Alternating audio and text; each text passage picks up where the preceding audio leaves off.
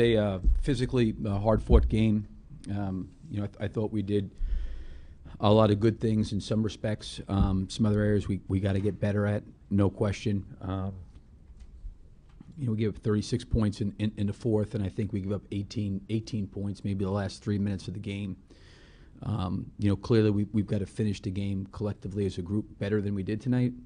I think game 2 will be harder than it was today. We're playing against a really good team on both ends of the floor. And I think the biggest challenge for us is, can we come back after this game and play better on Wednesday? Coach Michael Kinney, UConn Review. First of all, how is Paul's back? And then second, just can you talk about his game overall and what he was able to do out there tonight? Well, I mean, he really got it going offensively. He made some shots. He was in a really good groove. I don't know where he's at, with I don't even want to call it an injury, but, just whatever muscle tightness he was having. We'll probably find out more tomorrow. Coach Cliff Brown, Associated Press.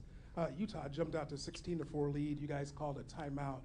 What was said during that timeout, and what changed for you guys because you played differently after that? Well, I mean, I thought we really got hurt in transition. Some of it was on some turnovers. Some of it was on a lack of floor balance. And I think once we I think they had, I don't know what I think they made 9 points that period in transition. That really hurt us. I think once we got back in transition and set our defense, we were in a better position than we were earlier in the game. We had some really, I didn't think, great possessions offensively. And I thought we cleaned it up. And for the most part, I thought we played, like 45 minutes really good. But I think against a team like Utah, we're going to need to play better in game 2. Coach, Steven Adams in the final minutes seemed to kind of bang his wrist and didn't really seem to use it that much in the final minutes. Is he okay? Do you have an update on his status at all? Yeah, I heard nothing about that. I mean, obviously, if there was something major, they would have taken him out of the game.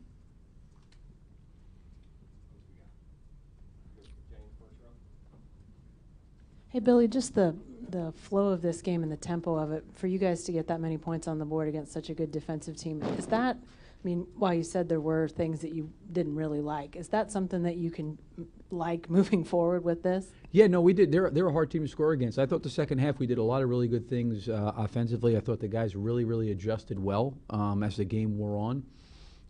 I thought we generated and created some good high-quality shots. They're a hard team to score against. Obviously Gobert and being in foul trouble maybe helped impact that some.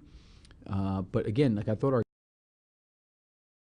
we worked really hard. I think the last couple of days of practice have been really good and helpful for us. But the challenge is, this is game 1. It's over with. Can we come back now for game 2 and get prepared and ready for that game? Billy, Corey got 33 minutes. How did you think he did, and did he come out okay? And secondly, Alex, it just seems like he continues to play better and better. Do you see it that way? Yeah, I mean, Corey was fine.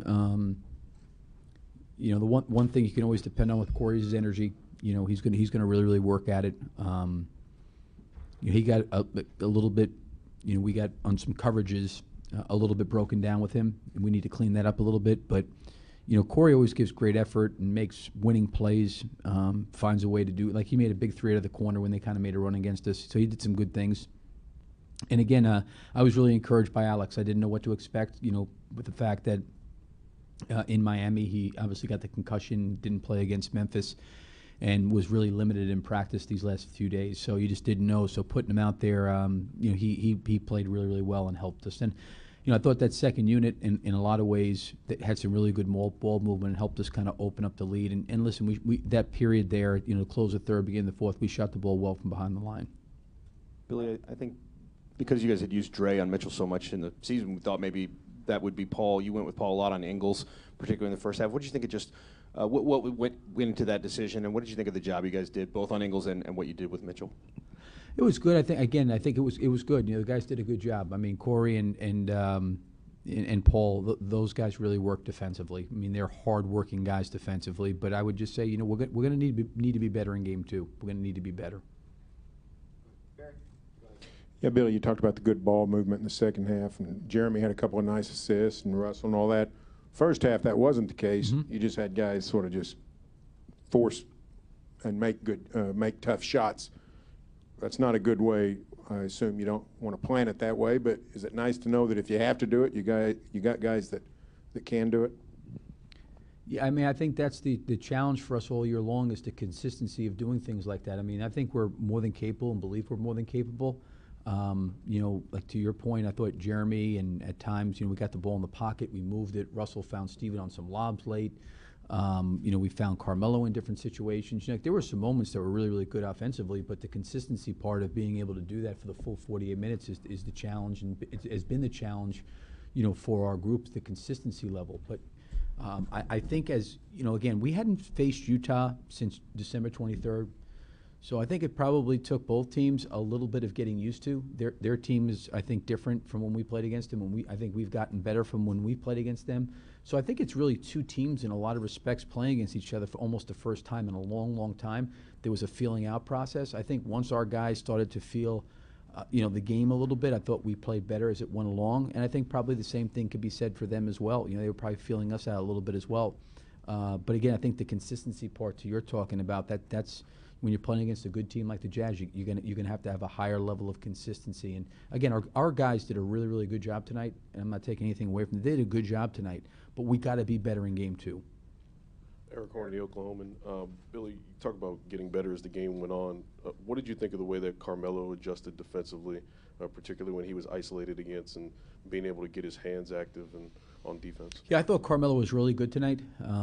He was really engaged defensively. He's a great communicator on defense. I think part of the problem probably was more on me on when we got off to that little bit of that slow start. You know, we had him in coverage up a little bit high, and I think he, you know, mentioned that if he could adjust and maybe back up, he could maybe take away some of those passes into Favors where he was kind of making floaters and runners, and then he was finding Gobert on the baseline and creating and generating some layups for them. So Carmelo's a smart guy. I thought he did a really, really good job, you know, in the game on both ends of the floor. I thought he had some opportunities behind the line, you know, that he missed. But certainly that first quarter, when we being down like we were, he really carried us into that second quarter with the way he closed out. So just to be clear, he kind of came to you and suggested that you kind of change that? No, there were some questions on the coverages on what we were doing. They were kind of flattening us out on the baseline a little bit, and there was just some talk on the coverages. And I think he brought up a lot of good points. It was just stuff that we discussed, and I think part of it was him communicating. Just that he could communicate the coverages, you know, of what we needed to be in based on the way the floor was being balanced. And you know, like I said, he's a bright guy, he's a smart guy. He's been in the league for a long time. He can sniff those things out. Fred Katz, Norman Transcript.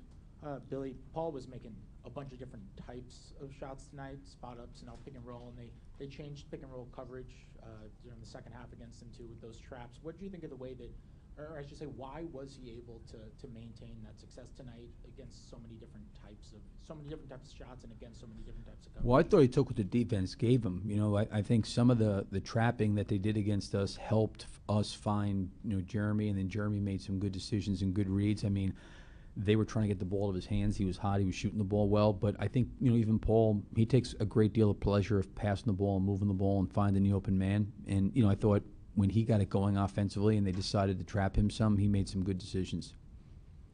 Anyone else? Thank you, Coach. Thank you.